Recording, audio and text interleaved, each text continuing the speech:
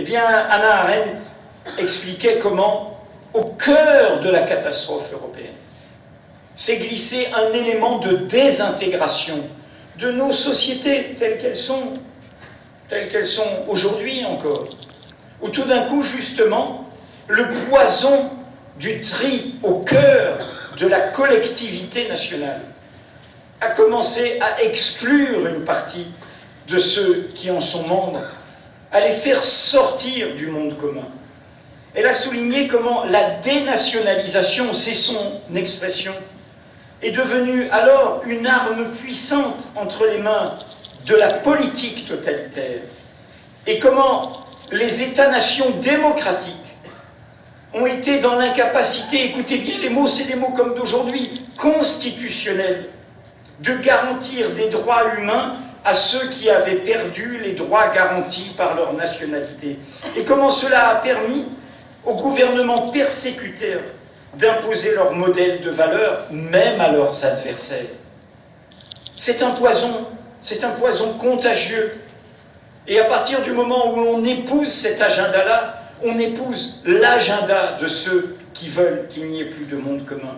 Car disait encore Hannah Arendt, l'homme peut perdre tous ces fameux droits de l'homme sans abandonner pour autant sa qualité essentielle d'homme, sa dignité humaine.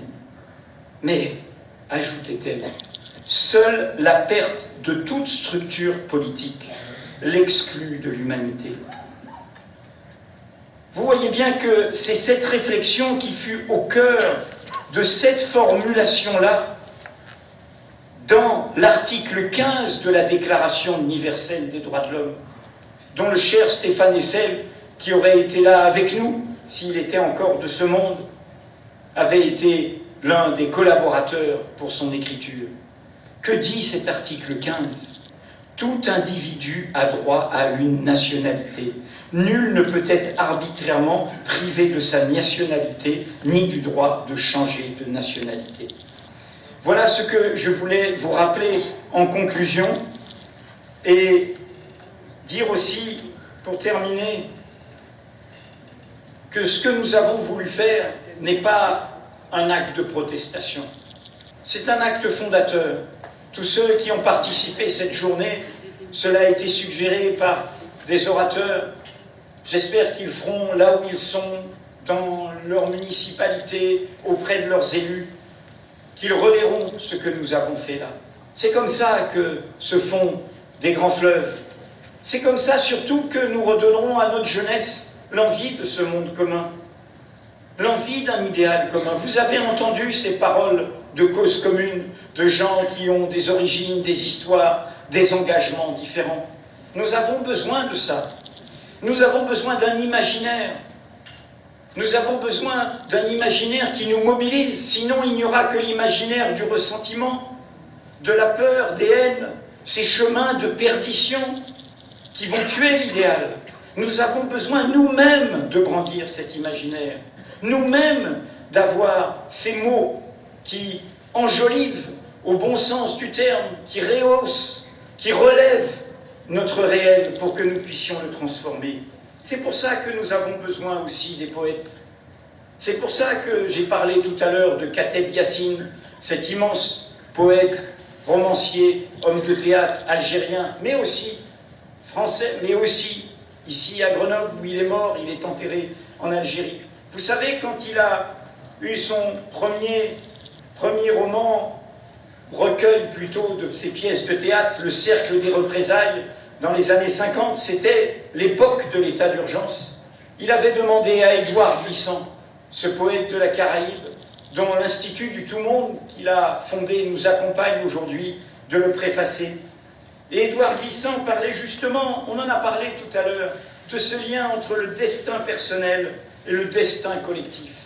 C'est une question que nous posent les artistes. Les artistes, leur création est liée à tout ce qui fait le vivant, mais en même temps, c'est un acte de liberté individuelle. C'est un acte. Et c'est pour ça qu'il faut respecter leur totale licence. Nous sommes, nous, citoyens, dans ce moment-là. La rencontre entre nos destins individuels et le destin collectif. J'ai cité Édouard Glissant très volontairement.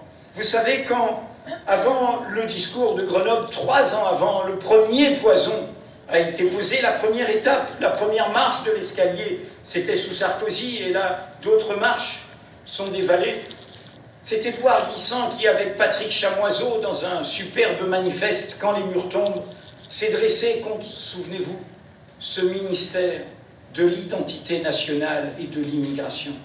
Ce ministère mur, ce ministère division, ce ministère déchirure, qui liait la question de l'étranger à la question de l'identité nationale dite au singulier, alors que nous savons toutes que nos identités sont plurielles, sont multiples, sont mélangées, qu'elles sont toutes de relations, que les identités à racine unique sont des identités qui meurent, faute de radicelles, faute de rhizomes, faute de liens utéraux. C'est Édouard Glissant qui disait « Les murs menacent tout le monde, de l'un et l'autre côté de leur obscurité. La relation à l'autre, à tout l'autre, dans ses présences animales, végétales et culturelles et par conséquent humaines, nous indique la part la plus haute, la plus honorable, la plus enrichissante de nous-mêmes. Que tombent les murs.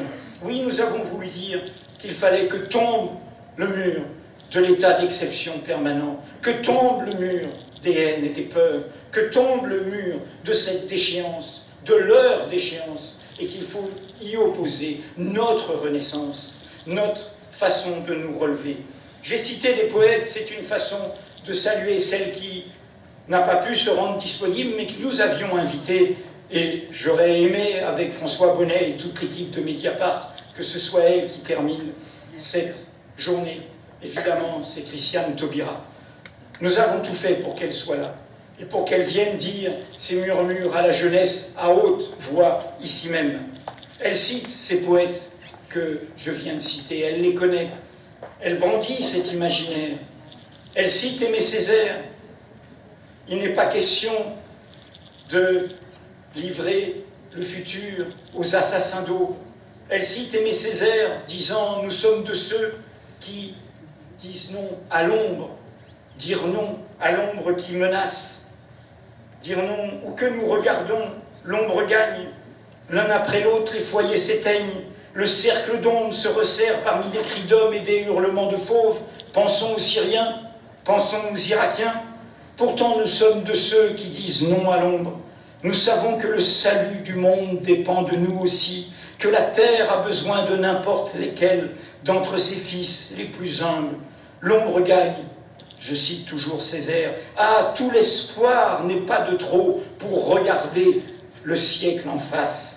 Les hommes de bonne volonté, les femmes de bonne volonté feront au monde une nouvelle lumière. » Alors oui, hommes et femmes de bonne volonté, qu'attendons-nous? Qu'attendons-nous pour suivre cet autre conseil d'Aimé Césaire dans ce formidable texte où il interpellait la politique française depuis ce petit territoire des Caraïbes qui a donné tant de lumière au monde, dont Frantz Fanon, l'auteur des damnés de la terre, tant d'auteurs qui ont fait le tour du monde. Et il disait, c'était en 56, la même époque où tout cela prend racine, il disait, il interpellait cette politique qui ne voit pas, qui ne sait pas, qui ne peut pas sortir le monde de son impasse. Cela ne peut signifier qu'une chose, non pas qu'il n'y a pas de route pour en sortir, mais que l'heure est venue d'abandonner toutes les vieilles routes, celles qui ont mené à l'imposture, à la tyrannie, au crime. C'est assez dire que pour notre part, nous ne voulons plus nous contenter d'assister à la politique des autres, au piétinement des autres, aux combinaisons des autres, au rafistolage de conscience ou à la casuistique des autres. L'heure de nous-mêmes a sonné. Oui, nous avons voulu dire tous ensemble, dire nous, l'heure de nous-mêmes, chers amis, a sonné.